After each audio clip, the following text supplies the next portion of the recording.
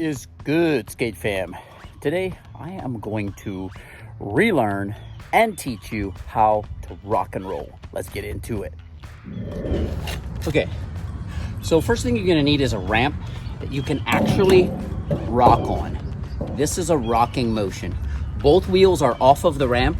You're able to rock the front onto the deck and you'll be able to turn back in.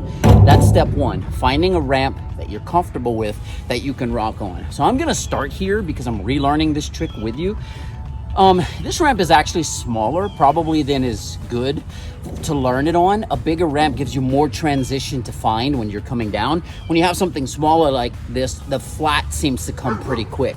But because of the way our brain works, and I know you're gonna wanna start on something small, we're gonna start on a small quarter pipe that allows you to rock, okay?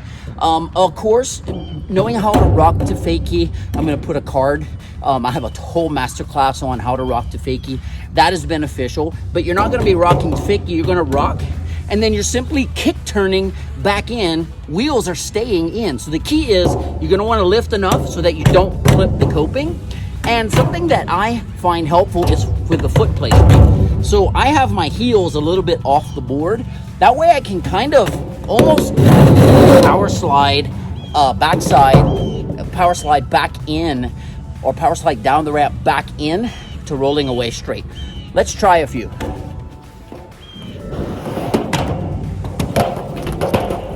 All right, so that was a perfect example of finding the flat bottom too quick.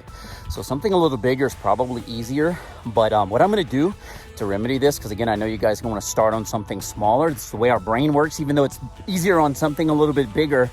I am going to make that quarter turn in faster. See if that helps.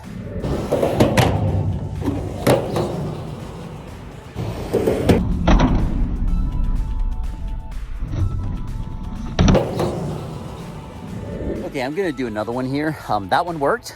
Faster worked. This time I'm going to focus on trying to keep my body weight a little bit more into the ramp instead of coming out onto the deck.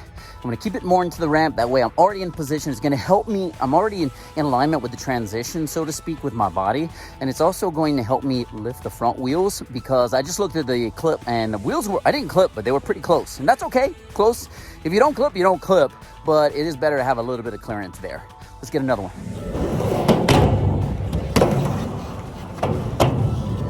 All right, so we got it. We're gonna be honest. Coming back in was wonky.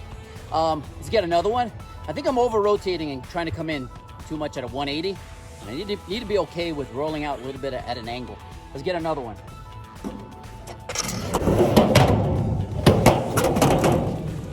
All right, clipped on that one.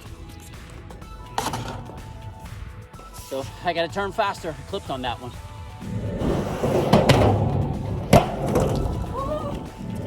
All right, just looked at the clips. I'm actually, not where I think I am on the board, so I'm gonna back off even more, believe it or not, and see if that helps. Because I wanna come in, instead of leaning forward, I wanna feel like I'm heel heavy on the board, and that's not happening with this position. Let's try some more.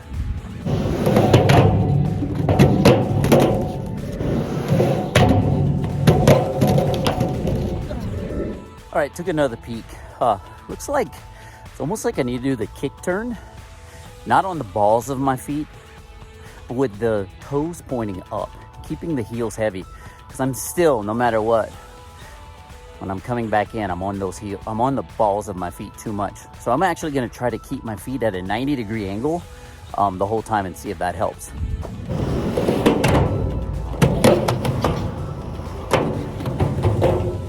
Well, I gotta make at least.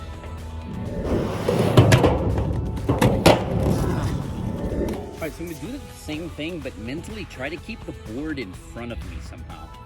I don't know if I need to slow down the rotation. I'm gonna figure it out.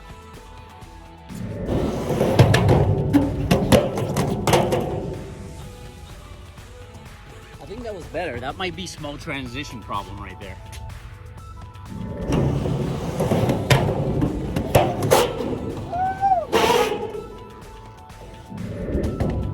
They're wonky, but we're landing them.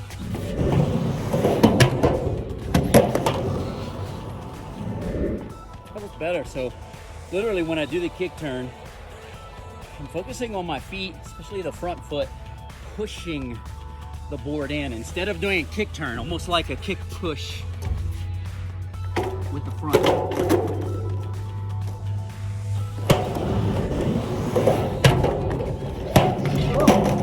That time I had it, but I didn't rotate enough. Again, could be small ramp problems. I might have skid that one in on something bigger.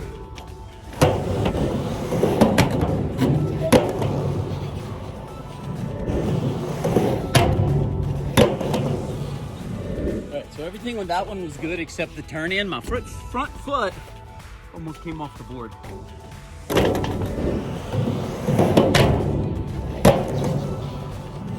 Okay, so we're gonna step it up. This is significantly larger, although not too big. And I just checked with my board, it definitely rocks. So we'll see if I can stick to my guns, full of guts, full commitment, do exactly what I was doing on the smaller one, and I'll tell you if it's easier on something bigger. Let's do it.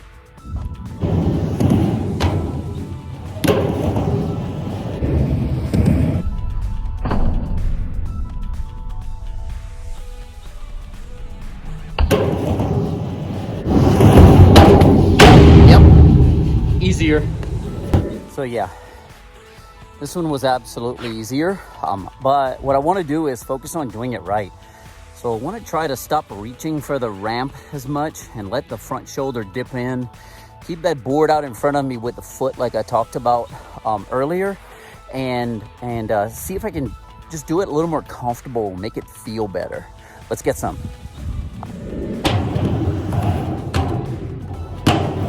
All right, so what you need to do, really focus on, is when you do that turn back in, stay conscious. Your feet are controlling the board. You stay in the ramp, you twist your shoulders, and then you work the board with your feet. Try to consciously pretend like it's a little bit in front of you. So if I'm riding this way, I want my board to feel like it's here, and I'm on the backside pushing in, but I'm in control of the board and turn the whole time. Stay conscious with this trick. That's the tip to landing it every time.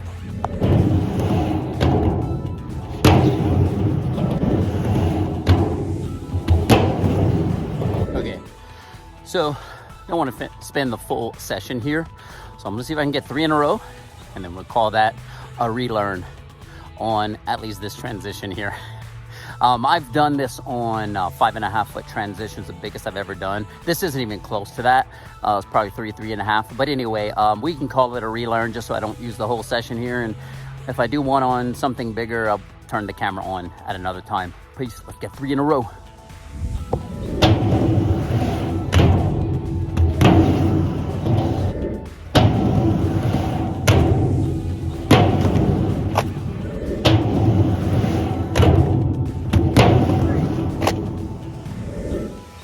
All right, so the key to that one was staying conscious, getting enough speed to rock. I decked them out simply because when I first learned this, I was told that decking out was not only more stylish, it actually makes the trick easier because you have more leverage to bring the nose in around the coping when you're coming back in. So get enough speed to get a full deck. You can slide into the deck, that's okay. Try to keep your body weight into the ramp in alignment with the transition. That way it turns into you hear people call it an exaggerated kick turn. And what they mean by that, it's a kick turn where you're really lifting the nose to bring it back in. Stay heel heavy and conscious. You want to imagine the board being a little bit in front of you when you're doing it, almost like you're pushing it back in. And you're on your heels. Even with me doing that, sometimes I rolled out kind of forward, you know, almost like I was doing like a backside carve, which means you have to be pressing on the toes. So it's okay to be off the board. Picture it in front of you, turn it back in. Something a little bigger is a little easier, believe it or not. But because I know how our brains work, you're gonna wanna try it on something smaller first. So there you saw me do it on something really small, and then you saw me do it on something with a little size to it. Again, I've only done this at 5.5 feet, my biggest ever, fully decked. And I'll get back there. I just don't want to spend the rest of my session working on this. And I would like to roll on and have some fun. Peace. Catch you on the next one. I'm out.